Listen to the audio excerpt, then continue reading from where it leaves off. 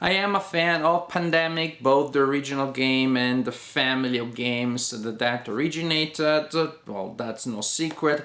I just love Pandemic. I actually consider it a true classic of our generation because of the mechanics, because of the interactions that it creates, because of the crazy stories that emerge from that time that the world was almost on the brink of destruction. And we thought we were gonna do it sport movie style, and we didn't. And the world was destroyed to the time that you actually did it. Sport movie, yay, hooray. It is just so incredibly fun. To one extent or another, I enjoyed all of the games in the Pandemic family. So being such a Pandemic groupie, you can imagine that I was very excited when I saw that there was another Pandemic game coming out, Fall of Rome, that on top of that happens also to have war game elements, and so it combines pretty much one of my favorite non-war games, Pandemic, with one of my favorite styles of playing games, which is wargaming. Here, the Fall of Rome, the players are playing cooperatively like in the past, and they are trying to defend the Roman Empire from the invasions by what the game calls barbarians. I'm not particularly fond of that term, and I'll try not to use it in my video because it has really no ethnographic value. It is just subjective. We call other people barbarian because we don't like them. That's pretty much. Barbarian is whoever we don't like and we have enough power to write the history, then we're gonna label them barbarians.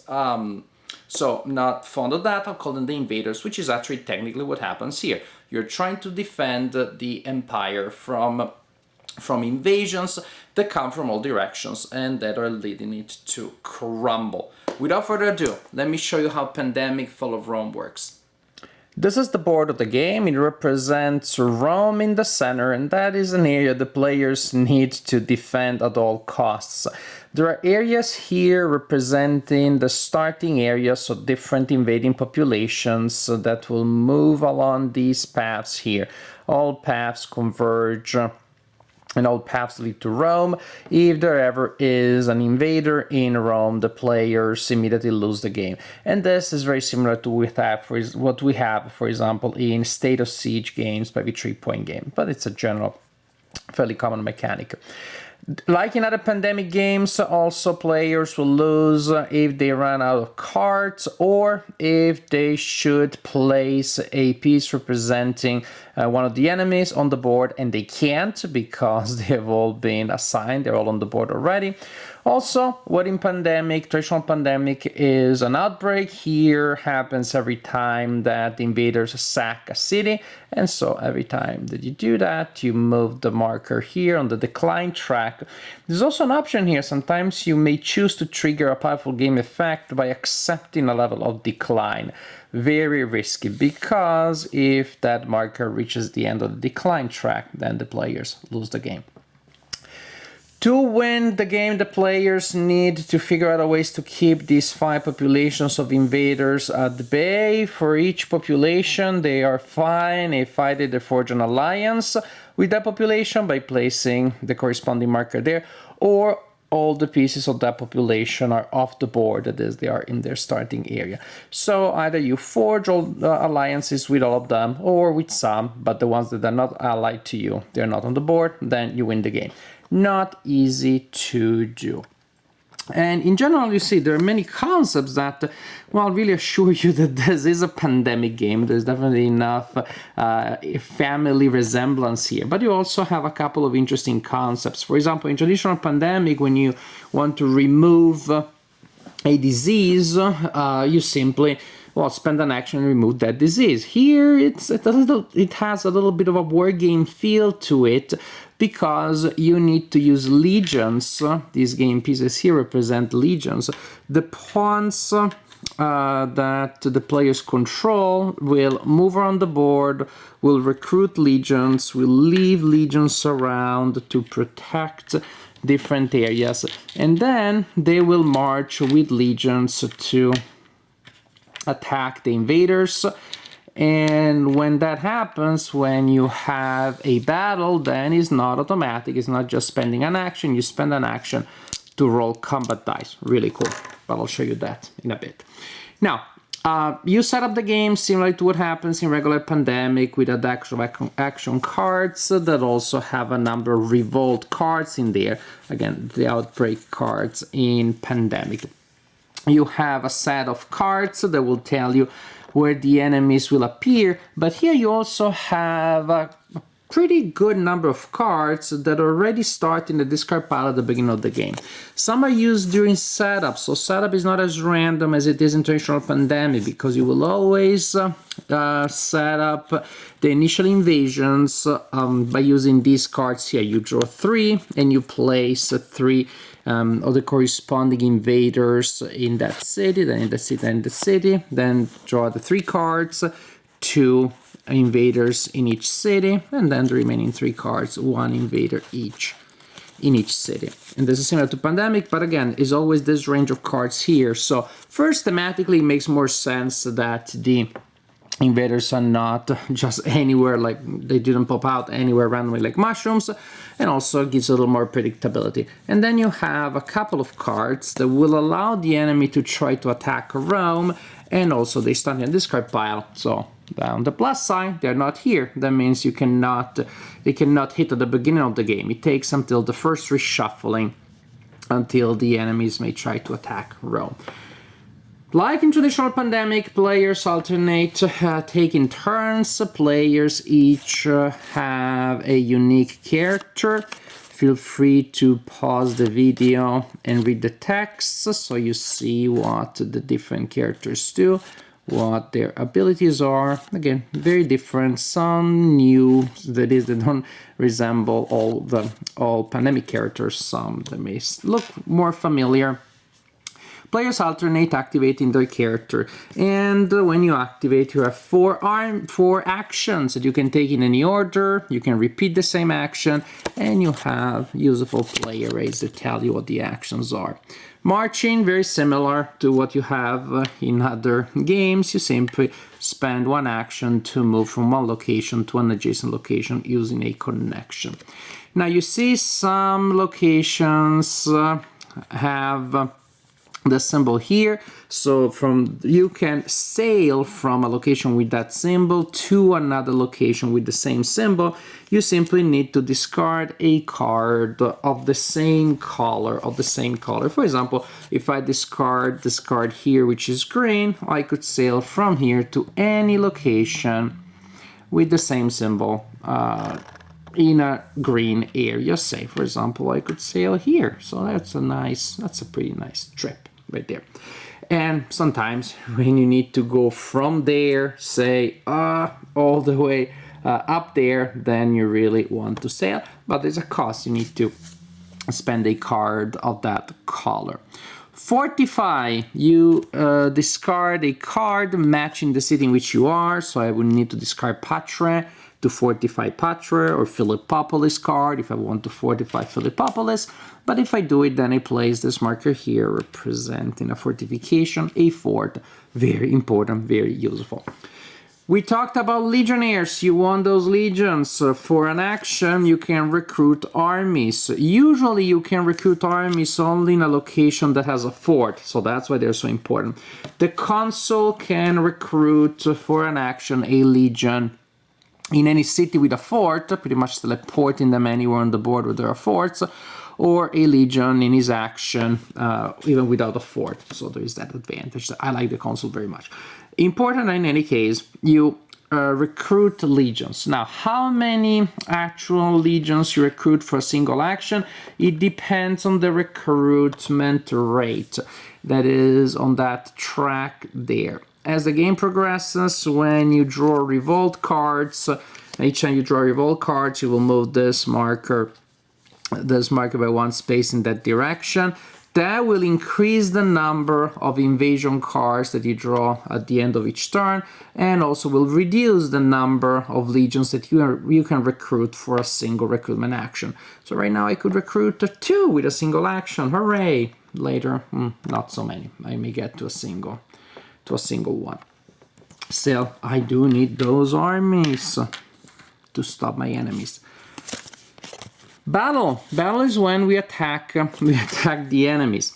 Also, we're talking about moving. When you move for a single action, you can bring legions with you. That's very important. You can bring up to 3 legions with you as you move. You can also drop them off to hope that they will stop enemies from entering the board. In any case, suppose that here there is a number of enemies. We have 3 enemies there, and I have some legions, and I decide to use the battle action. Then I roll a battle die for each legion in my city, up to a number of 3, and I see what I roll. Each cube that I roll removes an enemy cube. Hooray! Each legion kills one of my legions. Boo-hoo! And then there are mixed things, like a single cube and a single legion. We both take a hit.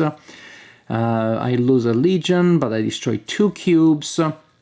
And then there's a symbol here, which simply means I get to activate the eagle power at the bottom of my card. In this case, for example, I get to add a legion to my city where I am. With this character here, with a Prefectus Fabrum, in a city with a fort, I get to remove 2 barbarians. In a port, I get to remove 1 barbarian, etc., etc. So there is this other interesting element here. So there is more randomness than in traditional Pandemic, but overall you get a sense of what attacks are more profitable and risky and which ones are a little, I wouldn't say safer, but more likely to succeed. Plotting is pretty much the action that you need to collect sets of cards of the same color. That is, you can give a matching card in the city in which you are, or take a card matching. In Philippopolis, I'm meeting there with another character, then if I can take or give the Philippopolis card. And you want these cards, of course, to form sets that you will need to forge alliances. So, that is another action. Forge alliance. You discard the required number of cards of the tribe's colors while you're in a city containing an enemy of that color. This is important because, heck, it takes 2 to forge an alliance. If you have eliminated a lot of cubes of a certain tribe, then you have the necessary cards to forge an alliance. You start running around. Okay, where is a Visigoth when I need one? So here you have the number of cards that it takes to forge an alliance with a certain tribe. Some are easier, some are pretty tougher. Suppose I want to forge an alliance with this tribe here. I have these 4 cards. I meet in a location that contains one of their cubes, and then I have that alliance there, and I place this marker there to indicate that now we are allies. And then they will keep attacking me just as normal. You're like, hey, we have an alliance. Didn't you get the memo? Well, I guess I forged an alliance here, and people are attacking here. Yeah, they really didn't get the memo. Or they don't care. Maybe it's a coalition of tribes. Not everybody agrees.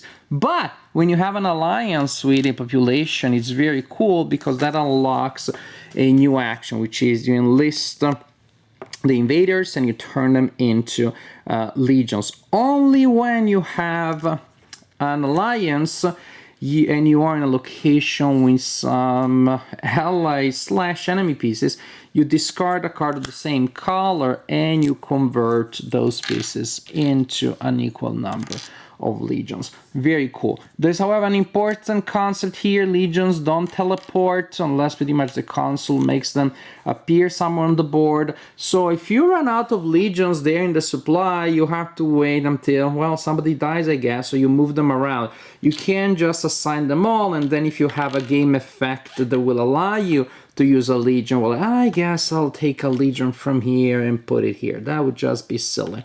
So make sure that you don't commit all of your legions to some areas where that is then it's hard to get them. That's another interesting element of the design.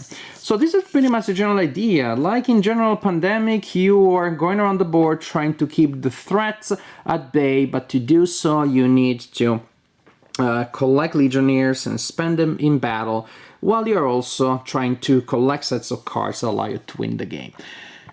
After you do that, you draw action cards that you will collect, you use for your sets, you use for traveling, you use for alliances, you use for enlisting, but also some of them may be again those revolts that will increase the rate at which the enemy come on the board and attack you. Now this is kind of important, how the enemies appear. When it is time for you to get new enemies, you look at the card that you just drawn, say now we have 3 enemy cards per turn, oh darn.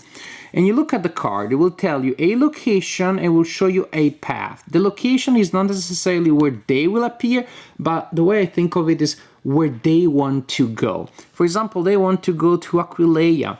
Now, basically, you will add a cube to that city only if there already are cubes of that type there or adjacent to it. If there aren't, then you go back and you apply the same rule. You ask, are there cubes in it or adjacent to it? For example, suppose that this is a situation when I draw the card for Aquileia.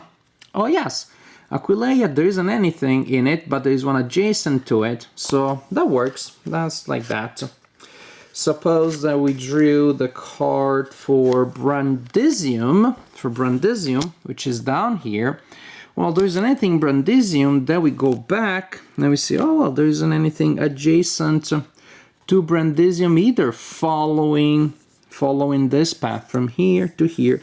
And then we go to Philippopolis, and there isn't anything either in Philippopolis, but it's adjacent to the main source, so that is where we place it. Suppose that this is the situation when I draw this card, then, again, Brandisium still has nothing, but this is adjacent to it. Suppose that there's a situation, I draw this card, oh yeah, there is somebody in Brandisium, so I put him there. It may feel strange, but the idea is look if the location where you're supposed to place pieces has game pieces. If there doesn't have pieces of that tribe, you go back until you get adjacent to a piece, and pretty much you place a piece in that path, in the first location adjacent to somewhere where the enemies already are there. And some of these paths can be a little elaborate, yes, I know. And for example, this is the situation. This is a situation. We are supposed to place something here in Narbo. Can you tell me, see if you paid attention, where you would place the next white cube? Exactly. Exactly. Here, there's nothing. You go here. Boom. Done. Simpler than it sounds the first time that you hear it. This is pretty much how you play the game. Go around, try to stop these people and collect resources and try to have alliances or to push them back before the game is over. Another important element, however, before we jump to our conclusions is, luckily enough, sometimes you'll be able to stop the enemies from entering the board. If, in fact, when you're supposed to add a game piece to a location, there is a legion in that location, legion or several legions, they will defend. And suppose I have a card that tells me you need to add a blue cube in Aquileia. There are legions there, however. So the cube will not be added, but there will be a cost to the legions. The cost will depend on, well, one or two factors. If the legions are like that all alone, all legions are removed, all legions are eliminated as they prevent this cube from being placed there. If in that location there is a pawn, or in that location there is a fort, then only one legion is eliminated to prevent an enemy cube from being placed there. That pretty much means that if you have a large number of legions in the middle of nowhere, they are not supported by a pawn or a fortification, a single cube that will be placed there removes them all. So that's something you have to take into account, and something that is very important strategy-wise. Keep a lot of forts on the board, keep a lot of legions there, and hope that they do their job. Feel free to already start typing, no, but tell us how you really feel ironically. Type that ironically because I like this game. I like it a lot, and I'm telling it right away. I love it. Within the Pandemic family, it has to be one of my favorite games. Time will tell if it gets the golden medal, but I definitely like it. It combines Pandemic and Wargaming, two of my favorite modes of play, and right there it has, well, it has a place in my heart. But then also the implementation, the execution of this idea is really good. Now, the dice are a completely new idea in Pandemic, and I believe is what will make or break the game. There may be some purists for which, oh, this is too far, too much randomness. To me, that is not the case, actually. I really like the dice element and the combination now of two main random generators, the deck and the dice. Because the dice have a random element, yes, that's their dice, but at the same time, there are also a lot of ways in which you can choose to mitigate luck. I would almost say that you can scale it. You can choose the degree of luck that you want to face.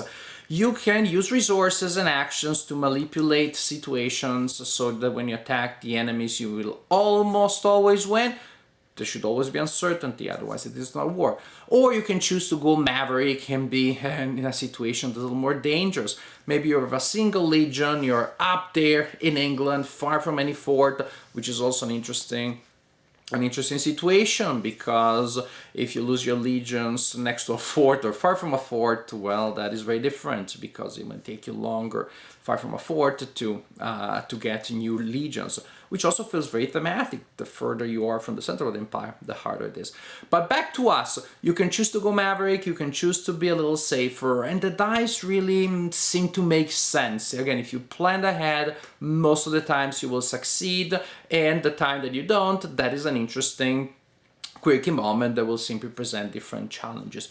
The deck, on the other hand, in my opinion, has become more rational, not more predictable, but more sensible. In traditional Pandemic, from time to time, the deck will be shuffled in such a way that you lose the game almost immediately. On the plus side, you didn't spend much time there, then you start a new game and you're fine. But if the same three cities that are close to each other keep hitting, and there's this constant propagation of bad stuff from those cities that also boost each other, there is no chance there. I like here very much the fact that the cards for the setup are fixed. You don't know exactly which city will get how many invaders, but so you have variety, but the overall setup will make sense. There are other cards also there in the discard pile. So when the cards that you actually draw completely randomly get in there, that the pre-discard pile works a little bit as a buffer that prevents most strange, bizarre combinations of cards. So what you have there is a deck that still generates a lot of challenges, heck, especially when after the first reshuffling they start pushing seriously against Rome, towards Rome. You have a lot of challenges, a lot of unpredictability, but it seems to me that it prevents some of the strangest, the most eccentric ways in which sometimes Lady Luck would disrupt a game in traditional Pandemic. And also another thing that I like very much is how you had this sense of progression, as in fact you have more things that you need to make peace with. You have new actions, the enlisting, the invaders action I like very much, because that is pretty much an action that you unlock later in the game, and that solves the problem of replenishing your troops when you're far from forts. But I like the fact that it's not the same set of actions from the beginning to the end. There are advanced actions that you develop later, and yet, although they're very powerful, they're not game breaking, because I spent a lot of cards to forge an alliance, and I don't have the card. I'm sitting here in a city with a lot of invaders that I have a treaty with, and I don't have a card to convince them to become legions for me. So very interesting element there. The new characters are interesting with the different game effects that they have, some familiar, some a little newer. But in general, to me, the addition of a war element, of a dice element to the general engine of Pandemic creates variety, so it doesn't feel like this is just the old game with a facelift, with some sort of like cosmetic adjustment. It feels like it is its own thing. It is a member of that family, yet at the same time, it has a very strong personality. It is, in fact, to me, more distant from classic Pandemic than other variations that you have here. But definitely it is a fascinating variation that feels like Pandemic, and yet it feels new, and yet it has a whole different set of challenges, a whole different mentality, I would say, that you have to embrace. The paths, I've seen people complain online that the paths that the invaders used to move on, they're a little counterintuitive. It's a matter really of quote-unquote training. After a couple of turns, it becomes so automatic, it becomes very easy to see where they're going to go. And it is really fascinating at that point to see how you think you get a sense of where they're going to go, and then they pop out from a small colony that you have forgotten, and all of a sudden they're there at the gates of Rome, and you're scrambling to make sure that Rome is well defended. So those paths allow the invaders, the AI of the board, to present you with interesting challenges that are surprising. You're like, oh my gosh, how did we neglect that? But at the same time, they make sense thematically, and they don't feel completely random, completely crazy from the mechanical point of view. In general, Fall of Rome, I think it's a really strong game. Also from the point of view of production, the map is very functional, the elements are very functional, the rulebook is clear. Very high praise for Fall of Rome. I played it with other people, I play Solitaire. I liked it a lot. I think it's a great implementation in what it was already a great family, maybe one of the best, maybe is the best Pandemic game, definitely one of my favorite ones. I cannot endorse it more than I'm trying to. If you tried Pandemic before, I think you'll like this one, as long as you can make the quantum leap into the idea of a game, a Pandemic game that has dice. Maybe that will be the only thing that is not a universal crowd pleaser, but it is a great game. Definitely one that I'm very, very happy to have in my collection, and one that I highly recommend.